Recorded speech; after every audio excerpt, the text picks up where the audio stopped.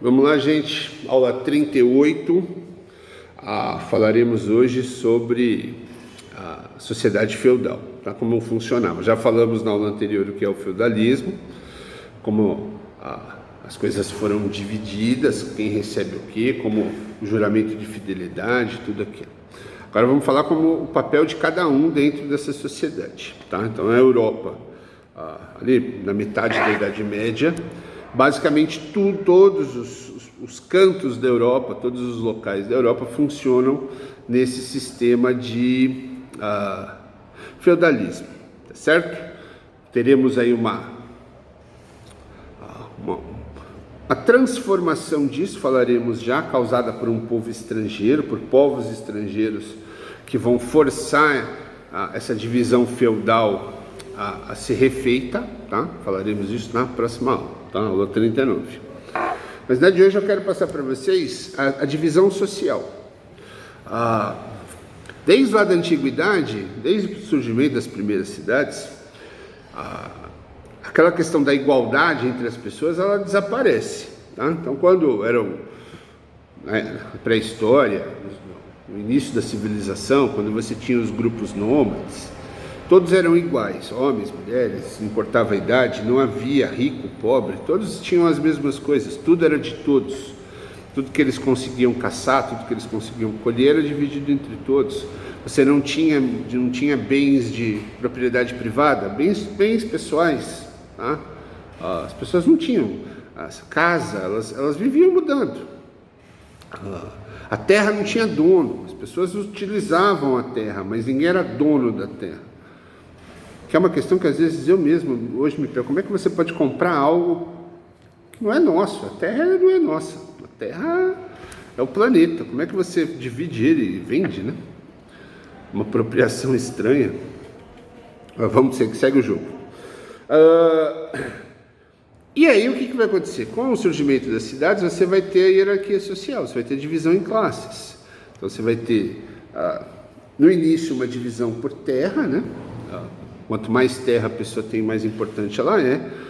Você vai ter uma divisão que vai levar em conta a questão da religião, tá? Então, desde lá dos primeiros impérios, Egito, Mesopotâmia, China, Índia, você vai ver o quê? Que as pessoas mais importantes são as que têm mais terra e as que também têm uma ligação com a religião. Então, os primeiros imperadores, quase todos eles, ou os faraós do Egito, eram considerados descendentes dos deuses.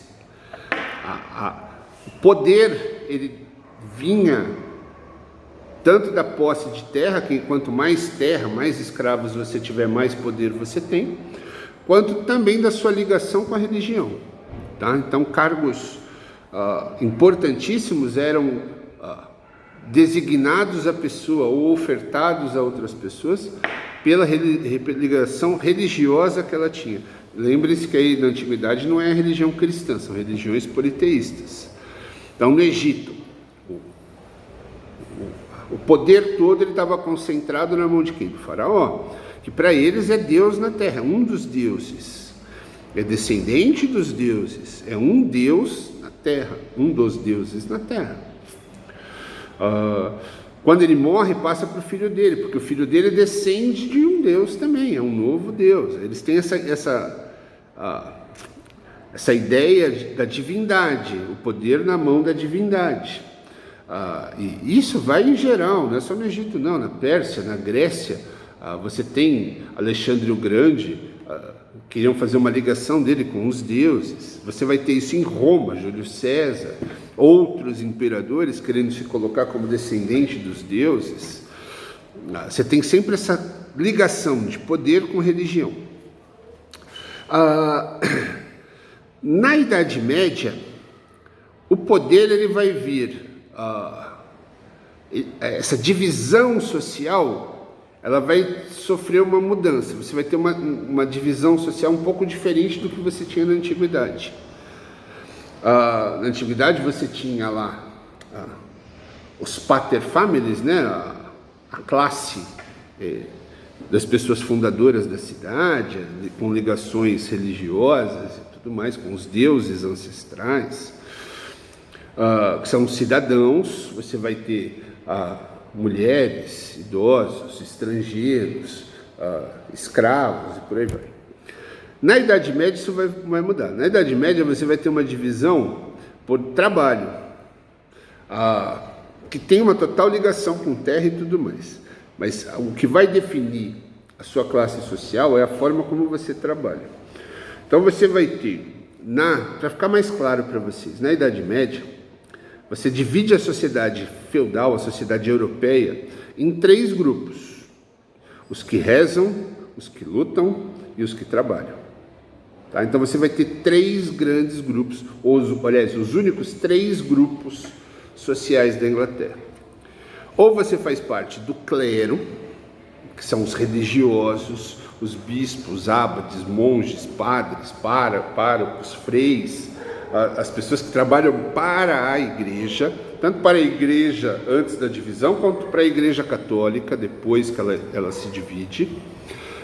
Então, as pessoas que trabalham para a igreja formam o clero, são os religiosos. São as pessoas que são responsáveis por rezar. Essas são instruídas, recebem educação, sabem ler e escrever, têm um poder gigante. Falaremos disso mais para frente um pouco. Mas a igreja ela vai ter na Idade Média um momento onde ela vai dominar tudo da Idade Média. Desde os reis até a pessoa mais simples vai estar submetida à vontade das pessoas que trabalham, do clero, dessas pessoas que trabalham na religião. Não confunda com a vontade de Deus, tá? Essas pessoas vão estar submetidas à vontade de pessoas que trabalham para a igreja, que é diferente. Certo? Então, esse é o clero. São pessoas que vão ser educadas, vão fazer universidades, que vão, alguns, ter sua paróquia, sua igreja fixa, vão ser responsáveis em administrar grandes porções de terreno, grandes cidades, meter o bedelho lá no trabalho dos senhores feudais, dos reis, agir como quase que um reizinho dominando tudo, tá certo? Essas pessoas vão receber impostos altíssimos dos servos, dos senhores feudais, todo mundo vai pagar imposto para as igrejas, recebem um pagamento da igreja também, e muitos vão ficar muito ricos, esses bispos, frades, alguns párocos, fora o Papa, obviamente, todos eles vão receber muito bem, o que vai gerar um enriquecimento enorme para a igreja, porque o clero, eles fazem um voto de castidade, eles não podem se casar, eles não podem ter relações sexuais, eles não podem ter filhos legítimos. Naquela época a gente sabe que vários padres tinham um monte de filhos, mas eles nunca podiam assumir esses filhos. Então, quando o padre morria, ou um cardeal, um bispo, o que quer que seja, tudo que ele tinha, toda a herança dele, como ele não tem herdeiros, essa herança vai para a igreja. Então, a igreja acaba enriquecendo muito com essas heranças, tá certo? Então, esse é o clero. Normalmente, nas famílias ricas, da elite da classe média, o filho mais velho era o que ficaria com a terra, é o herdeiro, tá? Então ele vai ser preparado para ser um novo senhor feudal. O segundo filho era encaminhado para a igreja, para ser o clero, e aí para frente também. E aí o que acontece? Esse clero é importantíssimo. A gente não falou disso ainda, mas falaremos. A igreja, durante a Idade Média, principalmente na segunda metade, quando já é a igreja católica, ela vai dominar a Europa. Os reis, os senhores feudais, o que quer que seja, vão estar submetidos à igreja. A vontade da igreja vai ser a vontade que todos têm que obedecer. O Papa, na Idade Média, as pessoas acreditavam mesmo que o Papa falava por Deus, que Deus falava e o Papa dizia era a vontade de Deus, que ele ouvia Deus, e o que ele falava era a vontade de Deus. E aí as pessoas não vão contra, porque ir contra a vontade de Deus significa que você não é cristão, e se você não é cristão, você vai ser punido. Falaremos pela Santa Inquisição, falaremos disso em outro momento. Falei isso no ano passado, quem não assistiu a gente vai falar agora esse ano também. Então esse é o clero, é uma das possibilidades. Então se você é de um grupo de elite, de uma família com dinheiro, com posses, com terras, grandes chances de você se tornar uma pessoa do clero. O segundo grupo, que é o grupo que luta, que são os guerreiros, tá? Que é o grupo militarizado, tá? Formado principalmente por quem? Pelos senhores feudais, os filhos desses senhores feudais que são treinados para assumir os feudos, fazer o papel de senhor feudal com a morte do pai. E qual que é a grande obrigação desses senhores feudais? É a proteção e o serviço militar. Então esses são os que lutam, esses são os que invadem, são os que protegem, são os que se unem para defender o reino. Então esse é o grupo que numa grande parte não recebe uma educação formal, pelo menos o básico de ler e escrever, só isso, e que tem como função básica a guerra, seja de proteção, seja de invasão. Então eles vão formar exércitos, treinar soldados para combater, tanto para proteger os seus feudos, quanto para invadir outros feudos, invadir outros reinos e por aí vai. Tá?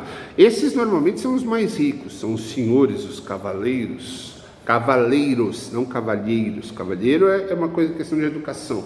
Cavaleiro são esses guerreiros montados a cavalo, que nem sempre lutavam a cavalo, mas eram conhecidos por cavaleiros.